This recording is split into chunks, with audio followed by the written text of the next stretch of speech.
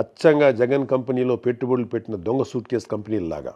ఇవి పాలు వెన్న ప్రొక్యూర్ చేస్తామని అబద్ధాలు చెప్పి కమిషన్లు ఇచ్చి కాంట్రాక్ట్ సంపాదించి కెమికల్స్తో చేసిన ఫేక్ గీని సప్లై చేస్తాయి.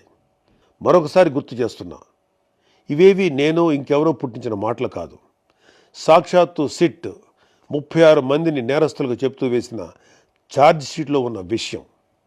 నేను వైవి సుబ్బారెడ్డి పేరు ఏదో రాజకీయ అక్కస్తో తీయలేదు. అతని పిఏని సిట్ అధికారులు అరెస్ట్ చేసి విచారిస్తున్నారు.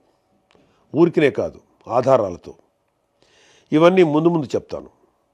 ఇందాక ఈ తప్పుడు ఫేక్ గీ విషయంలో పాపం అనే మాట సరిపోదన్నాను కదా. సరైన మాట ఏంటంటే ఘాతుకం. గుర్రానికి తెలియకుండా తోక ఊగుతుందా? లేదు కదా. తోకే గుర్రాన్ని ఊపిందంటే చిన్న పిల్లోడు కూడా నవ్వుతాడు.